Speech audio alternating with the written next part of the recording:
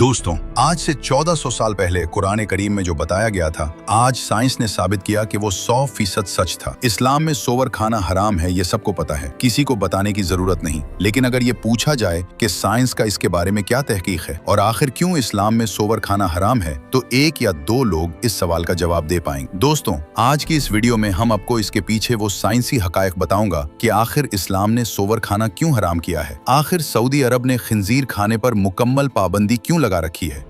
खिंजीर के गोश्त खाने के क्या क्या नुकसानात हैं, सूर से मुताल्लिक अजीब अजीब अफवाहें हैं, वो सब बताएंगे इस वीडियो में। कुछ लिबरल उलमाओं के बाज में मुब्तला लोग ये बात करते हैं कि इस्लाम में ऐसा कुछ नहीं कहा गया है कि सोवर खाना हराम है। ये सब मौलाना लोगों ने अपने तरफ से फैलाया हुआ है। इस्लामिक तालीमात में कहा लिखा गया है कि सोवर खाना हराम है। दोस्तों, कुरान के दूसरे पारे आयत नंबर 163 में साफ साफ लिखा गया है कि तुम पर मुर्दा, बहा हुआ खून, सूर का गोश्त और हर वो चीज जिस पर अल्लाह के सिवा दूसरों का नाम पुकारा गया हो, हराम है। पारा पंजुम आयत नंबर 3 में भी बताया गया है। छठा पारा आयत नंबर 145 और 16 पारा आयत नंबर 115 में भी मरा हुआ जानवर, बहा हुआ खून, सोवर का गोश्त और जिस पर अल्लाह के सिवा किसी और का नाम लिया गया हो, उसे हराम कहा गया है। इस्लामिक तालीमात में सूर के गोश्त हराम बताया गया है, लेकिन सवाल अभी भी वही है कि आखिर क्यों। दोस्तों, एक छोटी सी गुजारिश है, चैनल को सब्सक्राइब करें और वीडियो को जरूर लाइक करें। दोस्तों, अगर आप पसमानदा इलाके में रहते हो तो आपने कभी देखा होगा कि सोवर एक गंदा जानवर है,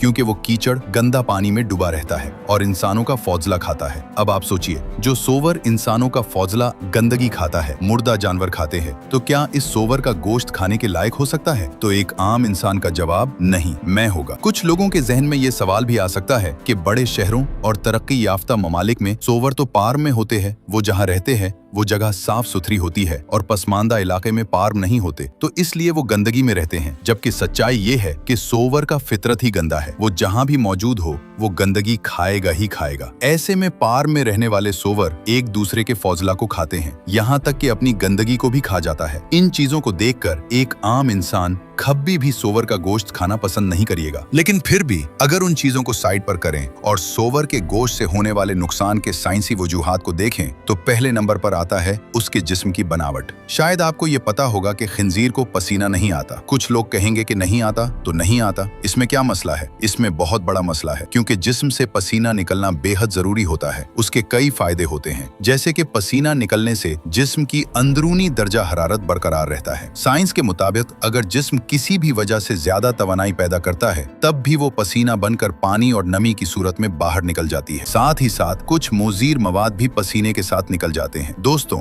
इसमें बुनियादी तौर पर दो ही चीजें काम करती हैं, एक पूर्स और दूसरा स्वेट ग्लैंड्स। पूर्स चमड़े के सतह पर छोटे छोटे खुले सुराख होते हैं और ओस के अंदर स्वेट ग्लैंड्स होती है। ये स्वेट ग्लैंड्स पसीना पैदा करती है। लेकिन सोवर एक ऐसा जानवर है कि जिसमें फोर्स और स्वीट ग्लैंड्स ना होने के बराबर होते हैं, तो इसी वजह से उन्हें पसीना नहीं आता। जब पसीना नहीं आता तो जिस्म के अंदर बेकार मवाद बाहर नहीं निकल जाती। इसके अलावा पसीना ना आने की वजह से उसके जिस्म की दर्जा हरारत बरकरार रखने के लिए गंदे पानी और कीचड़ में घुसा रहता है। दूसरे नंबर पर आता है चर्बी और कोलेस्ट्रॉल। दोस्तों, कोलेस्ट्रॉल एक खास किस्म का चर्बी है, ये इंसान के जिस्म में भी मौजूद होता है। साइंस कहती है कि अगर इसकी मिकदार बढ़ जाए तो ये बेहद खतरनाक भी है। तीसरे नंबर पर आता है पैरासाइट इन्फेक्शन। दोस्तों, सूअर की गोश्त में कई किस्म के पैरासाइट मिलते हैं, जिसमें roundworm, hookworm, pinworm सबसे ज्यादा काबिल गौर है। दोस्तों, इसमें एक आता है टीनिया सोलियम, जो कि सिर्फ सूअरों में पाया जाता है, और जब कोई सूअर का गोश्त खाता है तो ये पैरासाइट इस इंसान के जिस्म में दाखिल हो सकता है और वहां जाकर इंसान को बहुत ज्यादा बीमार कर सकता है। यही सब वजूहात है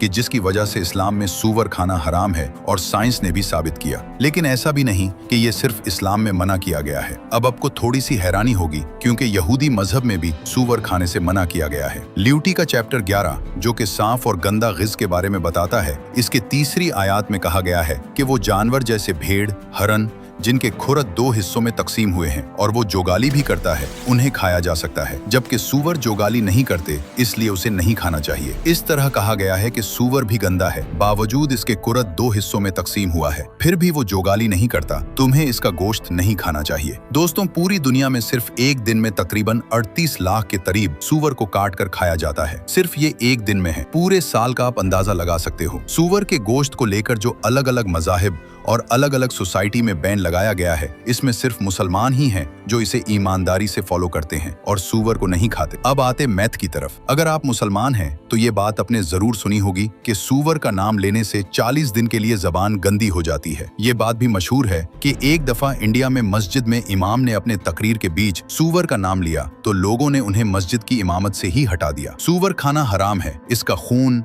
हड्डी, बाल, पूरी जिस्म से निकलने वाली हर चीज गंदी है, लेकिन नाम लेने से 40 दिन तक जबान गंदी हो जाती है। ये सिर्फ एक बनाई हुई बात है, क्योंकि बुरी से बुरी चीज का बुराई भी बगैर नाम लिए नहीं की जा सकती। मिसाल के तौर पर इब्लीस, फिरौन, हमान, अबू लहब, ये नाम भी गंदे हैं, लेकिन फिर भी कुरान में आया है और मुसलमान इसे पढ़ते भी हैं। तो इस तरह सूअर का नाम लेकर शरई हुक्म के बारे में लोगों को बताना बिल्कुल भी बुरा नहीं है, क्योंकि कुरान में भी सूअर का नाम कई बार आया है। दोस्तों, बर्रे सगीर में इसे सूअर कहा जाता है और अरबी में खिंजीर कहा जाता है। लोग वही आयत नमाज में भी पढ़ते हैं। जब नमाज हो जाएगी तो जबान गंदी होने का सवाल ही पैदा नहीं होता। अगर आप ये वीडियो पसंद आई हो तो लाइक करें और सदका जारिया के लिए दोस्तों के साथ शेयर करें। और आपका कोई सवाल हो या राय